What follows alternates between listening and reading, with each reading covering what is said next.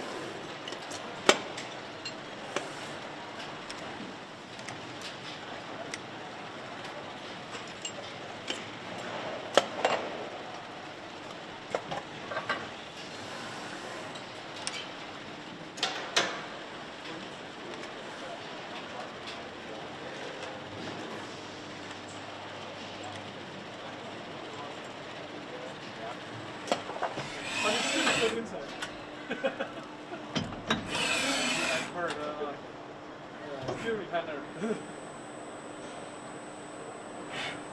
ist eigentlich mal cool, das ist man muss man cool sorgen.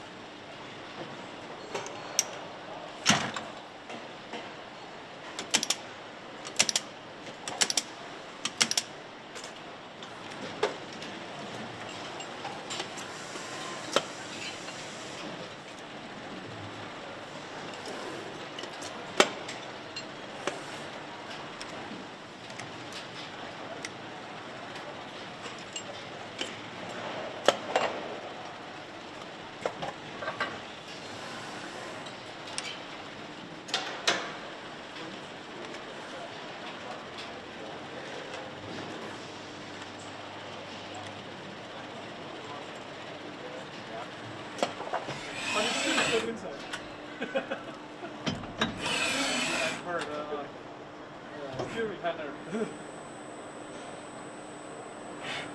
das ist eigentlich mal cool, da muss man mal über Mutter und Coole sorgen.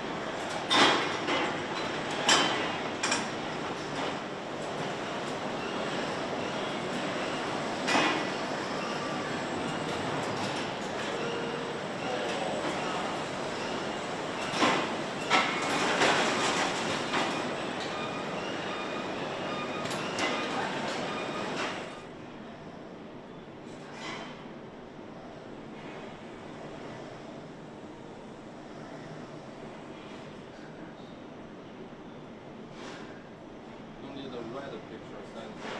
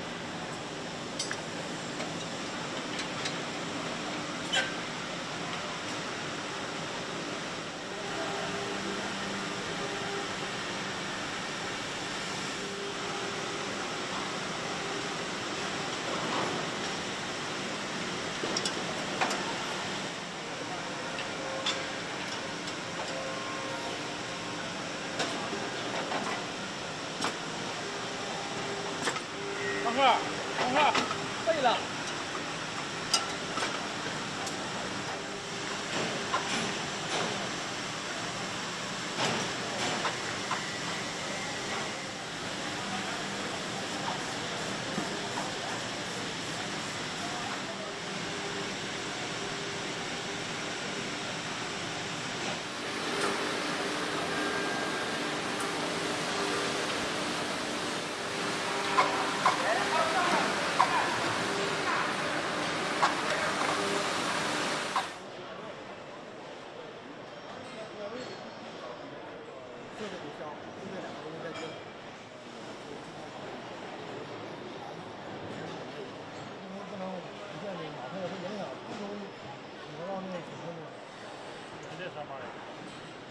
那边开机。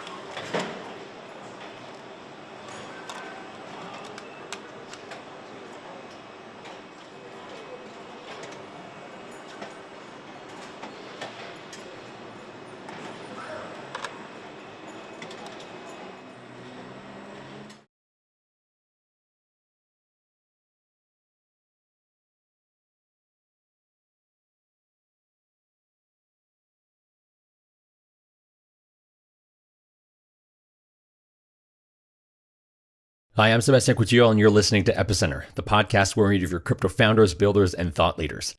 Today, we have a real treat for you. We have a conversation with Vitalik Buterin. Sunny and I sat down with Vitalik after ETC in the ETC studio, and we talked for about an hour, mostly about the contents of his talk. So he gave a really inspiring talk during the conference where he expressed his desire for the community to build products that go beyond DeFi, to build products that go beyond things that are financial in nature. And I think this is something that he's been really passionate about for some time now. But he really expressed it clearly during this keynote presentation. And one of the things that he expressed is his desire for new forms of social media platforms to emerge in the DeFi space, and the convergence of scalable layer 2 technologies and NFTs. I think can really make that possible because we now have the technologies to build scalable social media platforms that can attract non-crypto users or new types of users to the space. He also discussed another area that he's really into, which is retroactive public good funding and being able to fund things after the fact and sort of flipping the funding model around. And generally, we just talked about where his head's at currently, with the pandemic and how that may have sort of shifted his areas of focus. So it was a really fun conversation. It was really kind of like lightweight and just like informal and really cool. So after we finished the interview, Sunny and I both looked at each other and said this was one of our favorite interviews in a long time, and I think you'll enjoy it as well. If you're listening to this on the audio version of the show, there's also a full-length video of this conversation. It's on YouTube, on our YouTube channel, so check that out as well. Before we go to the interview, though, I'd like to tell you about our sponsor this week. DEXs are great, but they're vulnerable to problems like MEV, failed transactions, and high gas costs. CowSwap tackles these issues head-on and offers a new kind of trading experience. It's built by Gnosis, and CowSwap is a meta-DEX aggregator. That's right, it's a DEX aggregator. It fights MEV by matching overlapping orders directly. And if no coincidence of wants is found, that's where the cow comes from, coincidence of wants, trades are settled on a variety of underlying on-chain AMMs, depending on which pool offers the best price. So give CowSwap a try and enjoy perks like no gas fees on failed transactions, optimized transaction management for multisig and DAOs, as well as some other fun and entertaining surprises. So head over to cowswap.exchange and start swapping today. So without further delay, here is our conversation with Vitalik Buterin. We're here with Vitalik Buterin, and I'm here with my co-host, Sunny Agrawal. Thanks for joining us. Thank you. It's good to be here. Yeah, it's been a really long time since you've been on Epicenter, so I think a lot of people have been waiting for this. So how have you been since the beginning of the pandemic? How's the pandemic been treating you?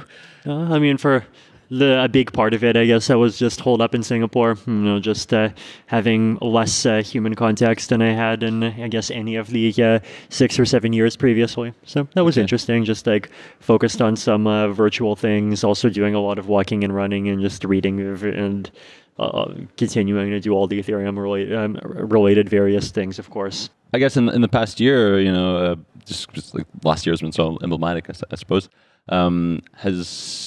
Has your sort of focus changed as a result of the pandemic? Has the pandemic sort of awakened things like interests and things that perhaps how has things changed in the last year for you with regards to Ethereum? It's a challenging question because at the same time as the pandemic, a lot of things have changed. A lot of things about the world have changed. A lot of things about the crypto world have also changed at the same time. I think the most important thing about the crypto world that's changed in the last year and a half is just how big it's gotten, right? And obviously, you can see on the numbers, the price bumps and all of those things, but that's a sign of a bigger thing. And there's other signs too, right? There's all sorts of just mainstream figures talking about it. Like even just one example is that tweet or that blog post from myself and Jing and Optimism on our attractive public goods funding. Like Dominic Cummings, one of the top, I think, Brexit people, retweeted that. So that was, obviously, there's all the celebrities focusing on crypto, and Elon Musk like fumbling around the space in his own very special way, and like there's just like large percentages of the population in general like actually have heard of cryptocurrency at this point, and like this is both good and bad, right? It's good because crypto is not going to slide into irrelevance, but it's also a time when we have to think carefully about responsibility, because we know for the last 10 years of the space have basically been able to hide behind the excuse that, hey, this is experimental technology, and I know that like to most people this seems kind of useless except for some prices going up, but it's really when the technology gets better, this is really going to go places. And now like it's the technology is close to ready, right? The scaling solutions, lots of them are coming out this year. Some of them are coming out next year. The ecosystem is maturing in all sorts of ways. Like, proof of stake actually is happening. All of a whole bunch of technologies that we've said are happening for a long time actually are happening. And there's just a lot of eyes on the space. And so 5 years from now, we're not going to be able to get away with saying this is just an experiment. So, like, people are going to need some kind of results from the crypto space. And the question of like exactly how much value and like what kind of value we can actually provide for people, that's it's something that I think has been on people's minds since the beginning, but I think it just has to be on people's minds in a much more serious way, right? And I think like so far there is definitely value that has been provided, right? Like, but so far it's mostly been financial. And like, there's a lot of financial value that doesn't get recognized, like even just a whole bunch of random people in various countries around the world that just like quietly use it as a way to, send money back to their families or just make international transactions for businesses and all of these things. But like, the kinds of hopes that people have on the crypto space, at least from what I've seen, like go even further than that, right? Like even like Tyler Cohen, one of the GMU economists, I think has even like called, was it like myself and Balaji, like the two most interesting like libertarians or something like this. So what do you think about his whole like state libertarianism? State capacity libertarianism? I mean, it's definitely one of those kind of interesting synthesis perspectives, I guess. Like I see the philosophy, and like I see lots of correct things about the philosophy, which is basically that like surgical, high quality, smart government action happening earlier can be a substitute for problems that end up creating a trade-off between, or end up leading to otherwise much more ham-fisted government regulation later. Like even just COVID vaccines were an excellent example of this, right? Like if governments had just gotten off their butts, realized the enormity of the problem, and just properly like told Pfizer and Moderna, hey guys, like if you guys figure this out, we're literally going to give you $100 billion prize. Like lots of people would yell and scream at this, but in my opinion, like the world would have been so much better had that happened, right? And like the problem would have been solved in, like 6 months instead of 18 potentially. So, and I mean, obviously on top of that, also do the work of like clearing off the red tape and all of that. But like that requires a actually like skilled response. And so that's the good side of, I guess, that perspective. And the interesting thing actually is that I think there's parallels between that perspective and things that the crypto space is doing, because like the crypto space has these kind of constructs that sometimes get analogized to being kind of like nation states, but also kind of not like nation states.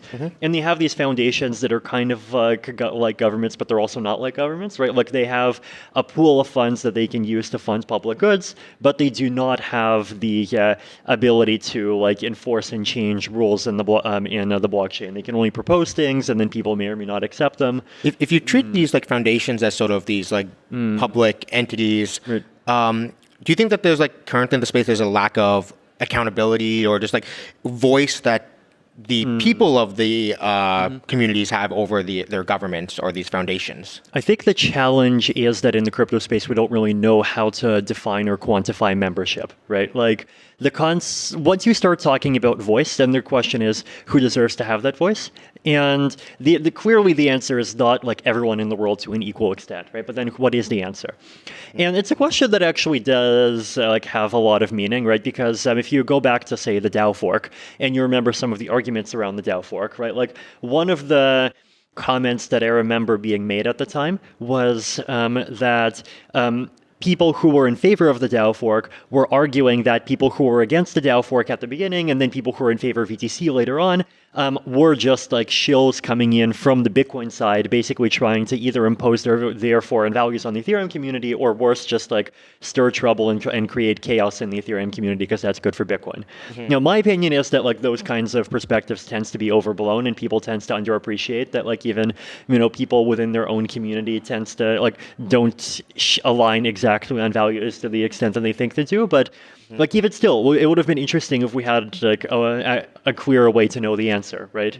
And like so far, the ways that we have of defining community membership, they're not very good. Like what is there? Like there's coin holdings, but like in my opinion, coin holdings are an extremely imperfect proxy, right? Like for example, if you compare, I don't know, the number of coins, let's say like Joe Lubin has to the number of coins that, like say Timbaco has, right? Like that's, it's going to end up being pretty lopsided, right? But that's, like let's say that, I don't know what the difference is, but I'm going to guess somewhere between a factor of 100 and 1,000, could be wrong in either direction. But that does not mean that Joe Lubin is like, 100 to 1,000 times more of importance to Ethereum than Timbaco is. Like Tim does a lot of important core dev coordination work. And so like money is a very imperfect proxy, but then what are the better proxies? And like there are things like, for example, in the Zcash Foundation, there's like this community advisory council, and like, you're either a part of it or you're not. And it's somewhat more of a kind of, I guess, technocratic design. There's obviously just foundations themselves that have kind of even more closed membership. So I think systems. Yeah, exactly. Like I think my answer to this is that like I don't think there is a perfect solution, but I do think we need more thinking, more ideas, and more work on like better approaches. Like I think if we can just figure out like what is a sensible concept of membership, so we can figure out like what is like if we want and who are we even trying to give representation to, then we've at least made the first step toward like figuring out what the actual problem is, right? And then like potentially governance is going to become easier, and like potentially there's a possibility that like it'll actually be kind of more responsive to the community's actual values, and going back to kind of state capacity libertarianism, like even by being more competent at the same time be more respectful of the fundamental guarantees that the community wants to preserve. What are some of the most interesting like experiments that you're seeing right now in crypto of like new ways of defining membership? So aside from coins, I mean, what is there? Like there's just like, I guess, the 0 to 1 function where you get 1 if you put in the tiniest amount of effort, right? Like proof of humanity is one example. Like I think if you do Ethereum governance by proof of humanity vote, like it's not going to be great, but it's actually not going to be terrible either. Like you are still selecting for people who care at least a little bit about Ethereum. Now, in the long term, I mean, once like eventually you are going to get like hostile blockchain communities that start like registering identities and brigading. But for now, it's already an improvement. We actually had this in the Cosmos Hub launch. Like there was like the game of stakes thing, and we use like passports to like do it, and it one validator actually just like basically got like a bunch of their community members to like submit passports, and they just Sybil attacked the game of stakes just to like show off that they could, but like right. Yeah, it's also like philosophically interesting what the dividing line is between just a successful political campaign and a Sybil attack. Gitcoin Grants has had a lot of like deep philosophical debates about this as well, which is also fascinating. So there's that. And if you want to get more granular, there's like Pope tokens, right? And with Pope tokens, you can have one, but you can get 5 and you can get 10. And so there's like a greater ladder of kind of effort. The Gitcoin DAO is trying this interesting quadratic voting thing where your voting power is, I think, proportional to the square root of your token counts, which could be an interesting 50-50 compromise between coin quantity, but also being more egalitarian. What other things are there? There's obviously the whole kind of like apology thing of like basically proof of passing through education and getting some kind of proof that you're knowledgeable about some topic. There's a collection of ideas. Like I think the optimal mix is or the result is just going to end up mixing a lot of them. Look, we don't really know what that looks like yet, and we need to just keep trying more.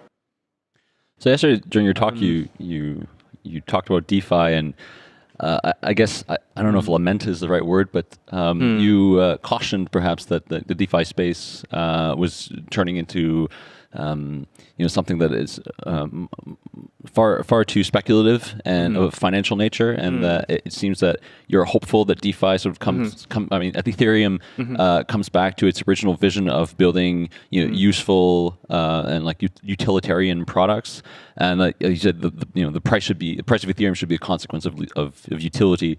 Do you think that like Ethereum has gone too far into the financial side of things, and that there isn't enough utility in the applications that are being built on the platform? I guess I mentioned in my presentation, I do think that the early kind of dominance of finance is a bit inevitable. I think like the two reasons that I mentioned, right? One is that centralized finance is crap to a greater extent than centralized non-finance is crap, right? Like say what you want about like email and how, like if I send a centralized email to someone in Guatemala, they are going to receive it in 1 second. Now, maybe the NSA is also going to receive it in 1 second, but like at least the recipient in Guatemala is going to receive it in 1 second.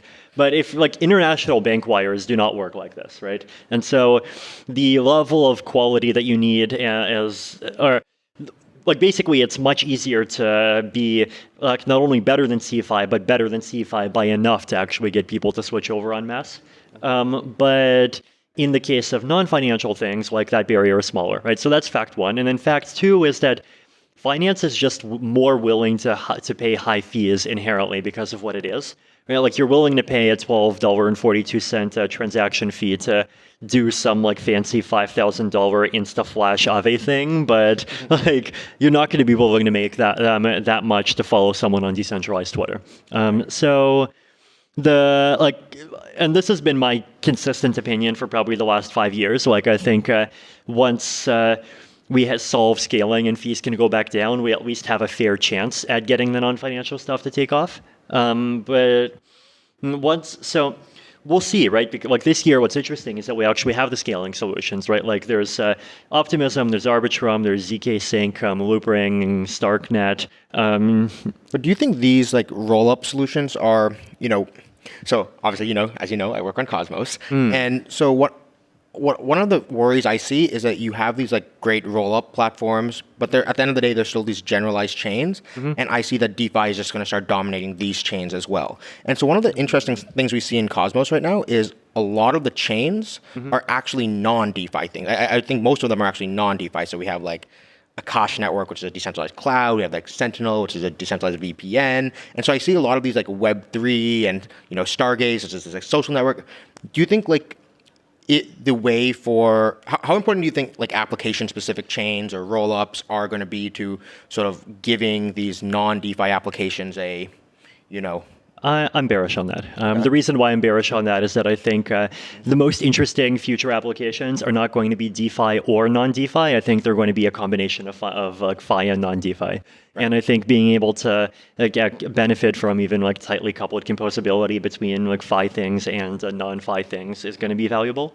I think in terms of solving scalability problems, like I personally just think that like they're obviously any chain, if the fees are low, there's going to be certain kind of like use cases that just kind of like flow in there because they have to flow somewhere, right? Like if gas fees ever go down to like 10 Wei, then I'm just gonna like use the chain to store an encrypted backup of my hard drive. So like there's always going to be this kind of like user kind of cosmic microwave background radiation, and as long as the total level of scalability is high enough that the intersection of the supply with that cosmic microwave demand curve is like at a point that's low enough, then like whatever people want to do is going to be affordable.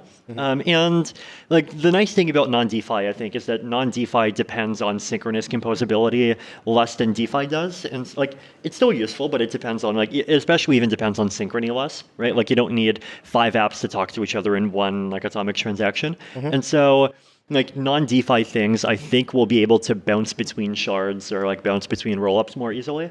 So I'm confident that in the more mature ecosystem, at least I think they're not going to be screwed over by fees. How much of like to the degen side of DeFi do you think is a consequence of it's like general, more broad macroeconomic trends of decreasing scarcity in the traditional finance system with like just like massive monetary inflation, but on the crypto side also just the ability to just create new assets. And I don't know if you're familiar with this idea of financial nihilism, but to me, like I feel that the incentive to just like create new assets and like create new forms of value is so high that there's a little incentive to say create something that isn't like in a financial in nature, like for founders, but also for like communities that are following those things because they're like sort of naturally going to go to the thing that could potentially make them money. Like I tend to agree with Sunny on this, and I wonder like if you've given any thought to this sort of broader macro trend.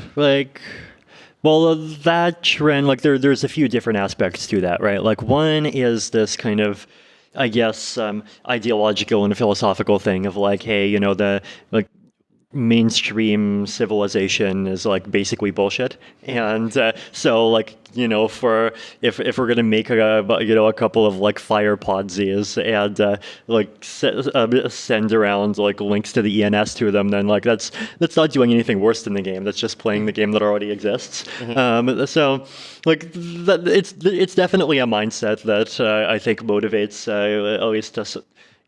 Some people in the space. So that's something that exists. There's also this question of like, well, if you want to build something meaningful, then like to what extent is this possibility hanging there of like building some DeFi thing and potentially getting more money more easily? Like to what extent is that taking away from from your motivation to do that? I mean, I think my answer is short term, it definitely can. Long term, it won't. And I think part of the reason is like there's a common meme that the crypto space is more productive in bear markets, and like I think it's true in my observation. It's true, and it's definitely true that in the short periods of time during which like there are these big bull cycles and everyone's just making $10,000 a day from just like sitting back on their chairs, like there's less motivation to do anything, but at the same time, like those phases are illusory, right? And you might think that you're earning $10,000 a day and that's a replacement for your job, but then when the bear cycle comes, you lose it all again, and then you're going to be sad you weren't actually doing anything substantive. So eventually, these things do like burn out, right? Like eventually, like if making some crazy financial contraption actually is more profitable than doing other things, then at some point enough people are going to do it, and people are going to start doing it really formulaically until like that stops being true. So I'm, I guess, optimistic in the medium and long term, though at the same time, like I do think that it's not a given. Like I think that it's also important to kind of explicitly talk about, support, and spread the ideas and culture of building things that are not just financial. Like both to like let people who have those ideas know that there are other people who also feel that way. Kind of give them some kind of framework to start with, and just like point out to people in general that like this is a community where you can come and do those kinds of things. Like I think communities that don't do that, right, they're gonna end up just like degrading into being like financial whatevers, right? Like like Binance Smart Chain, it's not going to be the like a locus of like super meaningful like revamped social media to improve humanity type of projects. Do you think that this like degenification of so you mentioned the talk yesterday about like, is the price the product, and that's not, we don't want that. But it seems like, I think what we saw with like the Wall Street bets stuff that happened earlier this year, where it's like this whole the price is the product idea is spreading even. You have like meme coins, like for Dogecoin, maybe the price is the product. But like for stocks, there's supposed to be something that's more utility driven, but like, well, now GME is the price is the product. Yeah. And do you think is there something in our culture that's like leading us this way, or did we just like pull the rug back, pull up the covers, and it turns out this has always been the case, and it's just more transparent now? Again, I guess gambling has been like a human cultural universal for thousands of years, right? But how do we the over gamblification of all things? Like let's say there's a lot of really useful DeFi products that are like have like utility, and but I feel for a lot of them, the price is slowly starting to become the product rather than the actual product itself. Do you think that's a long-term property of the space, or do you think that's a property of the bull market? Because we have been into 2 years of a bull market now. Right. So I guess we'll see how people think in 2022. Like if you remember even going back to how you thought in 2019 and how you thought in 2017, for example, like I would bet that your perspective right now is probably more similar to your perspective in 2017 to your perspective in 2019. Right. Because in 2019, like nobody had the ability to say the price is the product, except DAI.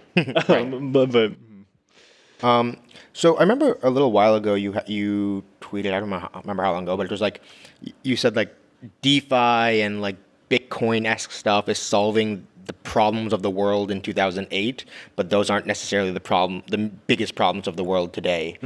What would you say are the biggest problems of the world today that we should be thinking about?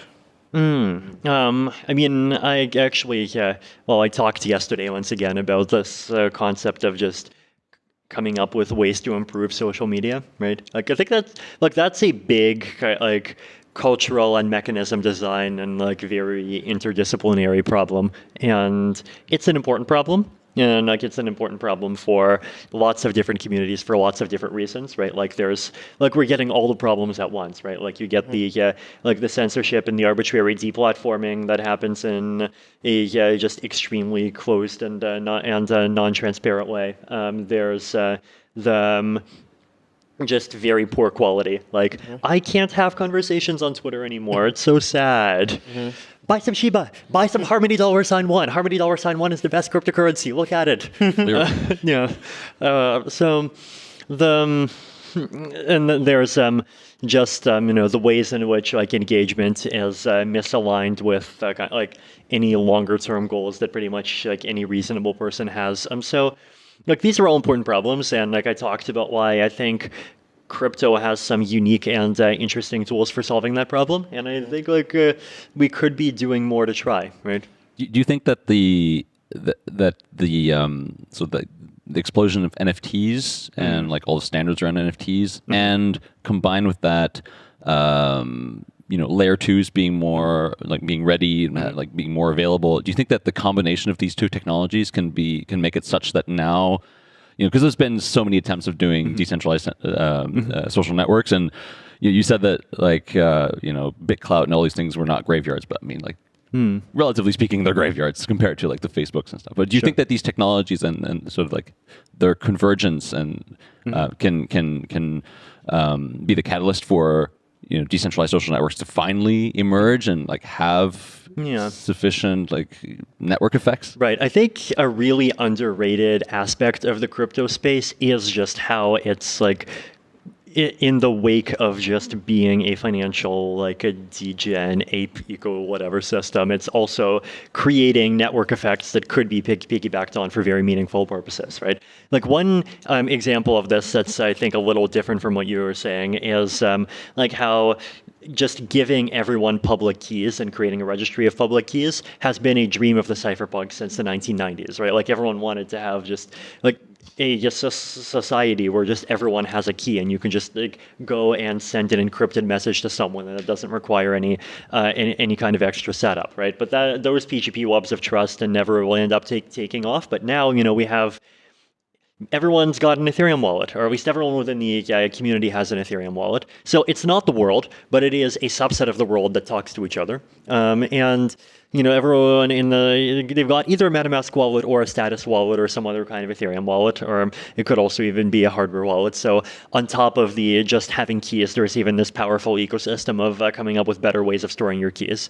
And you can use those keys for signing, and potentially you could also use those keys for encryption. I think like ethmail.cc was like trying to do an encryption. I mean, I think that's something that should be standardized much more potentially, and like turn into some kind of standard.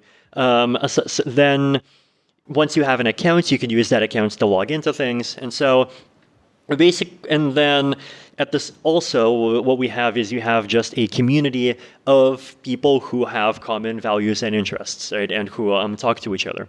And that's also an excellent bootstrapping ground for any kind of system, right? Like new projects that depend on network effects can take off. Like they just need to have seed communities to take off in, right? Like Facebook started with, I think it was Harvard college students, right? Mm-hmm. So like why can't the next generation of like actually good social media take off starting from the crypto community? Do you think it's possible to, or do you think it would be beneficial to bootstrap off of the existing identity systems? So for context, 2 years ago at ETH Waterloo, I created something called Sheetcoin, which was a way of like moving ETH onto a Google Sheet and blah blah blah. But I've actually met someone at the at ETHCC yesterday, and he was really excited about Sheetcoin because one of the things that we did was we actually made it so you can send to an email address, and then we actually like sort of hacked Google OAuth to allow us to verify RSA on like Ethereum, and we got Google to sign. But the coolest part is I could send to people's email addresses. Everyone already has an email address. Not everyone has a private key yet. And then you use that as an onboarding flow into when they want to come onto main chain, then they can create a private key then. I mean, that sounds both enticing and scary. Enticing because like I actually want to like directly compete with Google and the Twitter on the identity side and not entrench them, and also enticing because like that definitely is a very fast onboarding process that like it does for a lot of users have higher security than a wallet they might lose the keys for. You could have an influencer who wants to airdrop an NFT to all their followers. You can just snapshot their totally right. I mean, I think Polymarket also like they were using magic links, right? So we're basically doing a very similar thing. So that's that's definitely interesting. I'm also bullish on social recovery. Like I think because social recovery, in my opinion, is like a very noob-friendly way of storing, like just having accounts, because like even people who are very non-technical, like they can understand the concept of like, here I'm selecting 10 people and I trust at least 5 of them, right? So that's something like if we just come up, so I think that's good for onboarding, but at the same time, like I do also want to kind of onboard people like not just onto an application, but actually properly onto those kind of accounts that gives that's within the crypto ecosystem. When it comes to social media, there's one view of crypto, which is that like it's about making scarcity more legible. And so have you heard of like the Friends with Benefits community and that token? Well, I mean, the concept of friends and benefits is that like what you have like a sexual relationship, and then you're also there's a token that was... wait. They just like took this category of human activity and they made a token of it. No. So it's by Trevor McVedries. He created this. He has a company called Brud. He came really a lot from the NFT space, but they basically created this community which is like token gated, and everyone who's in the community has an opportunity to invite. The Friends with Benefits name is just a little bit of a meme. What do you think? Do you think that what are the? I guess maybe another way is like, what are the applications of blockchains that can help social media? Like we talked a lot about cryptography. Everyone having a private key. That's great, but is there anything about this blockchain thing, about scarcity or anything that can help? So I think like two or three possible directions. One of them is accounts, and just the concept that like you could basically have an account that is multi-platform. And the interesting thing about ENS names, right, is that they're an account that is multi-platform, and they're a name that is multi-platform that people are willing to use as a name, right? Like the only other like really widely adopted multi-platform accounts would be like email addresses, but like nobody wants to use your email address as your name, right? Like I think it's because of like names are self-expression, and like you're okay with what's your ENS name?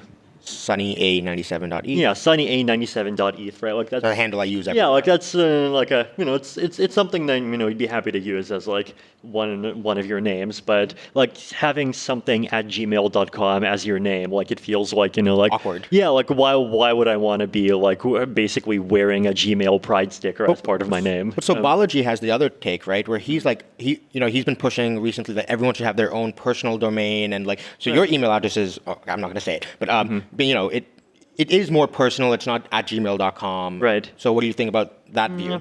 I mean, that's also possible, but like in practice so far, like there aren't really easy to use tools for that, and there isn't really a good incentive to make easier to use tools for that. Because like centralized people, they don't want to build tools, they want to build empires, right? And Web3 space is all about fewer empires and more tools. But there isn't a natural incentive to build a tool. The natural incentive is to build an empire so you can capture the network effect. So like there's the incentives to like actually build the tools to make it easier to work with having your own domain name like don't seem like they're there. Whereas with a crypto-based name, they are there, but to some extent, right? Because you have the crypto tokens and foundations and like grants and projects and all of these entities.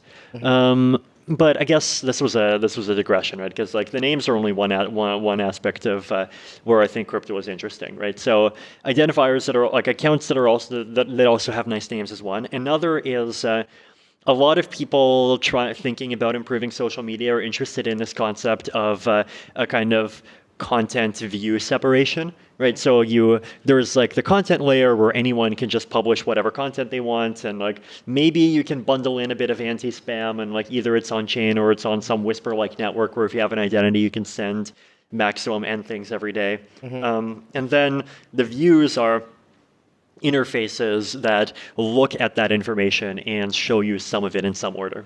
And if you want to have content view separation, which is really powerful because instead of different platforms totally being separate from each other, different views can still share most of the same network effects. But the content has to be on some credibly neutral ground. And like decentralized cryptographic networks are an excellent kind of cryptographically neutral ground. So that's number two. And then number three is incentives, right? Like I don't know exactly what is the correct way to incorporate incentives and crypto social media. I know that there's definitely like a lot of very wrong ways to do that, but I mean, I'm sure there's some like potentially correct and very powerful ways too. But if you want to do that, then like the blockchains have their own financial layer built in, which is which makes them once again like I think a really powerful ground for doing this sort of stuff. So those are the three areas where I see it, like why I see the crypto space as sort of naturally fit to do something. So during your talk, you also discussed retroactive public good funding, which is a concept that was new to me, and I thought it was really interesting. So, what is retroactive public good funding, and why do you think it's interesting?